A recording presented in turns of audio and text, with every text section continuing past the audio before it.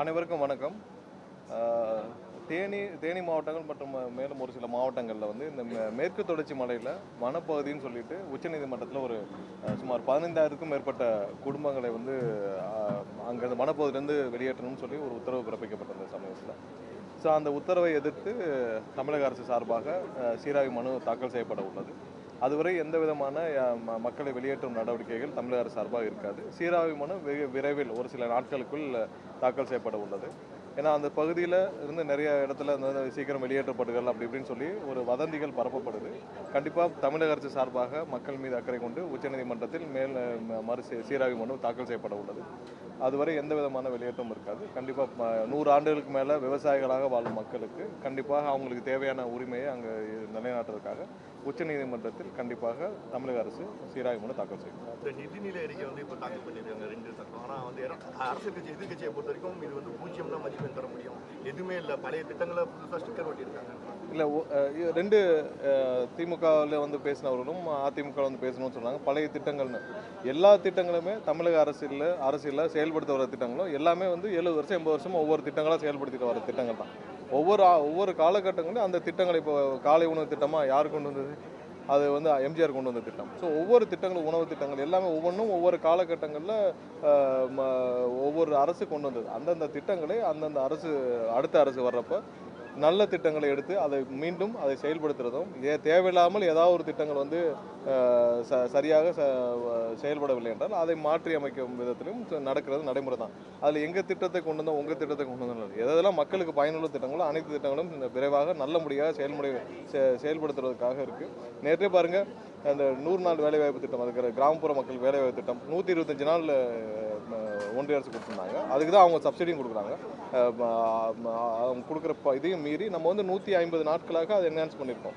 So அந்த மாதிரி எங்கெங்கெல்லாம் மக்களுக்கு தேவைப்படுதோ அதெல்லாம் வந்து நம்ம விரைவாக செய்யக்கூடிய அளவில் தான் இன்றைக்கி இந்த பட்ஜெட் இருக்குது. இது குறைந்த கால அடுத்த பட்ஜெட்டுக்குள்ளே நம்ம இருக்கிற நிதிநிலையை சரி பண்ணி இப்போ இருக்கிற பட்ஜெட்டை வைத்து இப்போ இருக்கிற நிதிநிலையை வச்சு எவ்வளோ தூரம் மக்களுக்கு திறமையாக எல்லாத்தையும் சரி செஞ்சு கொடுக்க முடியுமோ அதை வந்து தமிழக அரசு நம்மளுடைய முதல்வர் அவர்கள் ஆலோசனை பேரில் அனைத்து துறையிலும் செஞ்சுட்டு வராங்க.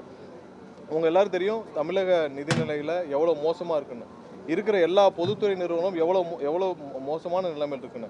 மின்சார வாரியமாக இருக்கட்டும், இல்லை போக்குவரத்து துறையாக இருக்கட்டும், இல்லை மற்ற பொதுத்துறை இப்போ ஆவினாக இருக்கட்டும், எல்லாமே வந்து மூடும் அளவிற்கான நிலைமையில தான் இவர்கள் விட்டு சென்றிருக்காங்க. நிதிநிலை வந்து எங்கேயுமே வந்து நிதி ஆதாரம் வந்து சொல்கிறாரு, நேற்று எடப்பாடி சொல்கிறார் புதிய ஆதாரத்தை பெருக்குவதற்கு எந்த முயற்சி செய்யலைன்னு. நீங்கள் என்ன செஞ்சீங்க? புதிய ஆதாரத்தை பெருக்கிறதுக்கு திரு எடப்பாடி அவர்கள் என்ன செஞ்சார்? எதுவும் செய்யலை. சரி, 5 வருஷத்துக்கு முன்னாடி திரு ஸ்டாலினும் திரு உதயநிதி அவர்களும் இதே இடத்துல தான் வந்து போனாங்க. அப்போ நீங்கள் புதிய அளவில் நிதி ஆதாரத்தை பெருக்க என்ன செஞ்சீங்க? எதுவும் செய்யலை. ஆனால் கண்டிப்பாக முதல்வர் அவர்கள் எல்லா விதத்திலும் இதை சீரமைக்கும் வேலையை செஞ்சுட்டு இருக்கிறார். புதிய அளவில் வேறு ஏதாவது நிதி ஆதாரங்களை பெருக்குவதற்கான வேலையும் முன்னின்று செஞ்சு கொண்டு இருக்கிறார். கண்டிப்பாக இது திருத்தப்பட்ட பட்ஜெட்டு. ஏன்னா திருத்தப்பட்ட பட்ஜெட்டில் எந்த விதத்திலும் மக்களுக்கு பாதிக்காத விதத்திலும் புதிய அளவில் எந்தெந்த இடத்துல செயல்படுத்தணும் அதெல்லாம் செயல்படுத்துவார். அது இல்லாமல் இப்போ நெல் கொள்முதலுக்கு ஆதார விலையும் கரும்புக்கான டன் ஆதார விலையும் கண்டிப்பாக முதல்வர் ஆலோசிச்சுட்டு வர்றார். இன்றைக்கி வந்தவங்களும் அதை சொல்லியிருந்தாங்க. கண்டிப்பாக முதல்வர் எல்லா விதம் ஆலோசித்து கண்டிப்பாக தேவையான நேரத்தில் முதல்வர் வந்து எல்லா விவசாய சங்கம் எல்லாத்தையும் ஆலோசிச்சுட்டு உடனடியாக முதல்வரும் அது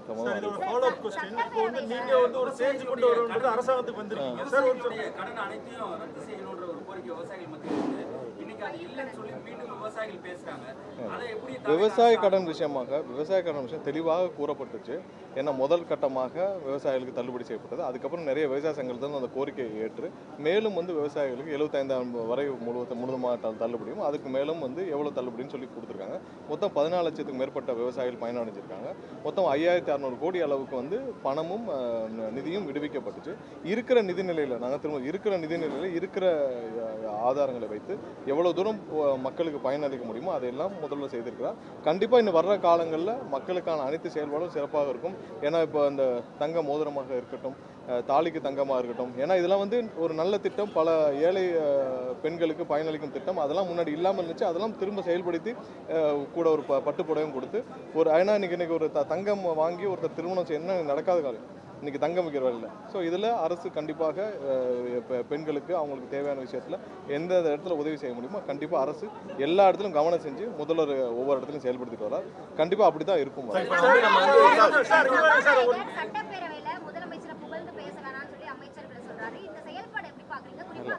அந்த மாதிரி அதாவது சபாநாயகர் என்ன சொல்லியிருந்தார், இதில் ஏதாவது தேவையில்லாமல் இருந்தால் நீக்குவேன்னு சொல்லி எந்த பேரத்திலும் சபாநாயகர் எதிர்ப்புலாம் தெரிவிக்கவில்லை. இல்லை எதிர்ப்புலாம் தெரிவிக்கல. தவறான தகவல். எதிர்ப்புலாம் தெரிவிக்கவில்லை. அவர் ஏதாவது அவர்களுக்கு ஆட்சேபிக்கும் கருத்துகள் இருந்தால் அதை நீக்கிறோன்னு சொல்லியிருக்கிறாரு. அதில் எந்த ஆட்சேபிக்க வேண்டிய கருத்தும் இல்லையா. அவர்கள் கண்டிப்பாக தமிழக மக்கள் யாருக்கு முதல்வருக்கு எப்படி எந்த நம்பிக்கையில் வாக்களித்தார்களோ அந்த நம்பிக்கையை அங்கே சொல்கிறாங்க. அதுலேருந்து தப்பு இல்லையா. இன்றைக்கி தமிழக மக்களோட மொத்த நம்பிக்கையாக இருக்கிற முதல்வர் அண்ணன் விஜய் அவர்களை பற்றி அவர் ஏன் வாக்களித்தாருன்னு சொல்கிறாரு, எந்த நம்பிக்கையில் வாக்களித்தாருன்னு சொல்கிறாங்க. அதை சுட்டிக்காட்டில் ஒன்றும் தவறு இல்லையா. இன்றைக்கி ஏழை எளிய ஒரு சென்னைக்கே வராத பலர் இன்றைக்கி அமைச்சராகி இருக்கிறாங்க. இன்னைக்கு ஒட்டுமொத்த எப்படி எம்ஜிஆர் காலத்தில் கடைக்கோடி இருக்கிற தமிழகத்தில் இருக்க ஒருத்தரை கொண்டு ஒரே நாளில் எம்எல்ஏ ஆக்கி மந்திரி ஆக்கி அனைவருக்கும் ஒரு பிரதிநிதித்துவம் கொடுத்துருப்பார். எம்ஜிஆர் காலத்தில் நடந்திருக்கும். அதுக்கடுத்து இன்றைக்கி தான் நடந்திருக்கு. யாருக்கும் எந்த நேரத்திலும் தகுதியான நபருக்கு எல்லா பிரதிநிதித்துவம் கொடுத்து யார் வேண்டாலும் எந்த இடத்துலையும் கொண்டு உட்கார வைக்கணும்னா அண்ணன் விஜயாரில் முடியும். ஸோ அதை சொல்லுவதில் தப்பே கிடையாது. அதை கேட்கறதுக்கு அவங்களுக்கு கஷ்டமாக இருக்குன்னா நம்ம ஒன்றும் செய்ய முடியாது. மிதிவண்டி, லேப்டாப் திட்டங்கள்லாம் ஏற்கனவே இருந்த திட்டங்கள் இதற்கு வெற்றி பேரை மட்டும் ஆட் பண்ணிருக்கீங்க அப்படின்னு ஒரு குற்றச்சாட்டு இருக்கு. நிறைய பொதுவான பெயர்களில் நம்ம வைக்க வேண்டிய மட்டும் தான் நம்மளுடைய நோக்கம். ஏன்னா பொதுவான பெயர்களில் வைக்க வேண்டியதுதான். நிறைய இடத்துல அவங்களுடைய சொந்த பெயர்கள் அவருடைய பெயர்களில் வைக்க வேண்டியதெல்லாம் இது மக்களுக்கு தேவையில்லாத குழப்பத்தை வரும். பொதுவான பெயர்களில் வைக்க வேண்டிய அதில் ஒரு சில செயல்பாடுகளும் மாறி இருக்கும். அதெல்லாம் சேர்த்து தான் இன்னைக்கு பண்ணிருக்கோம். தேர்தலுக்கு முன்பாக நீங்க சொல்லுங்க. நீங்க சொல்லுங்க. பட்ஜெட் என்கிற பெயர்ல முதலமைச்சருக்கு அமைச்சர் கால்ரா அடிச்சிருக்காரு. காவிரி தண்ணீரும் வர இந்த இடத்துல இந்த பட்ஜெட்ல திட்டங்கள் காவேரி விவகாரத்துல ரொம்ப தெளிவா சொல்லியாச்சு. நம்ம உச்சநீதிமன்றத்தில் 2 மனு தாக்கல் செய்திருக்கோம். ஒன்று மேகதாதுல அவங்க இப்போ தண்ணீர் விடவில்லை என்பதற்காகவும், அடுத்து மேகதாது விஷயத்துல இப்போ ஏற்கனவே கொடுத்த வழிகாட்டுதலை எதிர்த்து, அதாவது போன இது மத்திய நீர்வள துறை அவங்க சார்பாக காவேரி படுகையில் இருக்கிற எல்லாத்தையும் அவங்க அங்கே வர்ற ப்ராஜெக்ட்ஸ் எல்லாம் நீங்கள் வேலிடேட் பண்ணுறதுக்கான ஒரு வழிகாட்டுதல் கொடுக்குறாங்க. அந்த வழிகாட்டுதலையும் நம்ம எதிர்த்து 2 மனு தாக்கல் செய்துள்ளோம். நம்மளுடைய உரிமைகளை மீட்கிறதுக்காக நம்ம எல்லா வேலையும் செய்வோம். கண்டிப்பாக அதுக்கான எந்த டிலே இல்லாமல் நம்ம சார் இந்த நிதிநிலை அறிக்கை பொறுத்த வரைக்கும் இன்று எல்லாரும் வீட்டில் எல்லா லேடிஸும் அந்த நிதிநிலை அறிக்கையை நேரலை பார்த்தாங்க. ஆனால் அவங்க பெரிதும் எதிர்பார்த்தா அந்த 2500 ரூபாய் உரிமை தொகையாக இருக்கட்டும், அந்த 4000 ரூபாய் வேலை இல்லாத பட்டதாரிக்கு 6 சிலிண்டர், இந்த மாதிரி எந்த திட்டங்களும் வரவில்லையா சார்? இல்லை, பெரும்பாலான திட்டங்கள் நம்ம சொன்னதில் எல்லாமே நிறைவேற்றிட்டு வரோம். இன்னும் ஒரு சில திட்டங்கள் கண்டிப்பாக நிதி ஆதாரத்தை சரி செய்த பிறகு கண்டிப்பாக முதல்வர் அறிவிப்பார். ஏன்னா இன்னைக்கு இருக்கிற சூழ்நிலையில் இவ்வளோ இருக்கிற கடன்கள் அதிகபட்ச கடன்கள் மத்தியில் கண்டிப்பாக எப்போ முடியுமோ உடனடியாக முதல்வர் செய்வார். ஏன்னா இதெல்லாம் ஒரு முக்கியமான பிரதானமாக முதல்வர் ஏற்றிருக்கிறார். கண்டிப்பாக செயல்படுறோம். என்னென்ன கூறப்பட்டிருக்கோ எங்களுடைய இதில் தேர்தல் வாக்குறுதியில் அனைத்தும் நிறைவேற்றப்படும். அந்தந்த காலகட்டத்தில் விரைவாக தேர்தல் வாக்குறுதியில் அனைத்து கட்சி கூட்டம் கண்டிப்பா கூட்டணும்னு சொல்லி எல்லா கட்சியுமே தொடர்ச்சியா வலியுறுத்துறாங்க. ஆனா தற்போது வரை தமிழ்நாடு அரசு அனைத்து பாருங்க, தமிழ்நாட்டில் இருக்கிற அனைத்து கட்சிகளும் இப்போ எங்களோட இருக்க கூட்டணி கட்சிகள் எல்லாம் எங்களோட ஆலோசிச்சுட்டு நாங்கள் அவங்களோட சேர்ந்து பேசி முடிவெடுக்கல இருக்கிறோம். அதே நேரத்தில் இப்போ திமுகவோ அதிமுகவோ ஒரு நிலையில் இருக்காங்க. அவங்க அவங்களுடைய சொந்த நிலைப்பாட்டில் இருக்காங்க. ஸோ திமுக எந்த காலத்திலும் தமிழகத்துக்கு தண்ணி வந்துடக்கூடாது, எப்படியாவது முதல்வருக்கு அண்ணன் விஜய் அவருக்கு பேர் கடிச்சு விடக்கூடாதுன்னு திமுக செயல்பட்டு இருக்கு. அவங்களோட அலைண்டா இன்னைக்கு அதிமுக அவங்க என்ன சொல்ல நினைக்கிறாங்களோ அதை சொல்ல முடியாத விஷயத்தில் அதிமுக மூலம் சொல்லிட்டு இருக்காங்க. இதற்கெல்லாம் நம்ம கூப்பிட்டு அவங்கள வச்சுலாம் பேசினால் எந்த முடிவும் எட்டப்படாது. ஸோ அதனால யாரெல்லாம் ஆக்கப்பூர்வமாக தமிழக மக்களோடு இருக்காங்களோ, எங்களோட கூட்டணி கட்சிகளோட இருக்காங்களோ அவங்களோட நாங்கள் பேசி ஆலோசித்து தான் முடிவுகள் எடுக்கப்பட்டு வருது.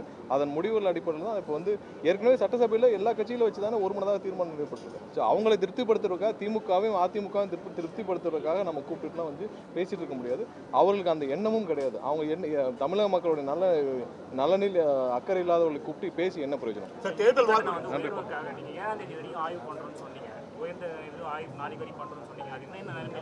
இன்னைக்கு வெளியிடப்படும் சுமார் 1,60,000க்கும் மேற்பட்ட ரீஅசஸ்மெண்ட் முடிஞ்சிருக்கு.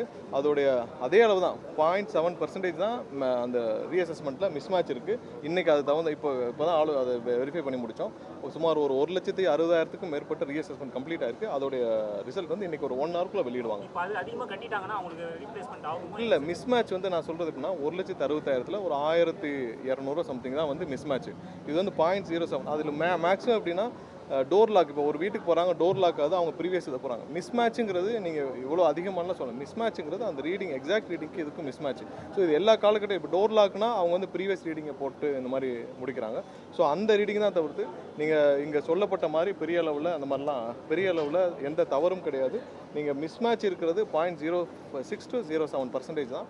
அதோடைய இன்னைக்கு இது வரைக்கும் பண்ணப்பட்ட அந்த மொத்தமாக பண்ணப்பட்ட ரீஅசஸ்மெண்ட்டோடைய டீட்டெயில்ஸை 1,60,000 ப்ளஸ் இருக்குது. ஸோ அதை இன்னைக்கு வந்து வெளியிடுவாங்க. சார் தேர்தல் நன்றி. வாக்குறுதி சார்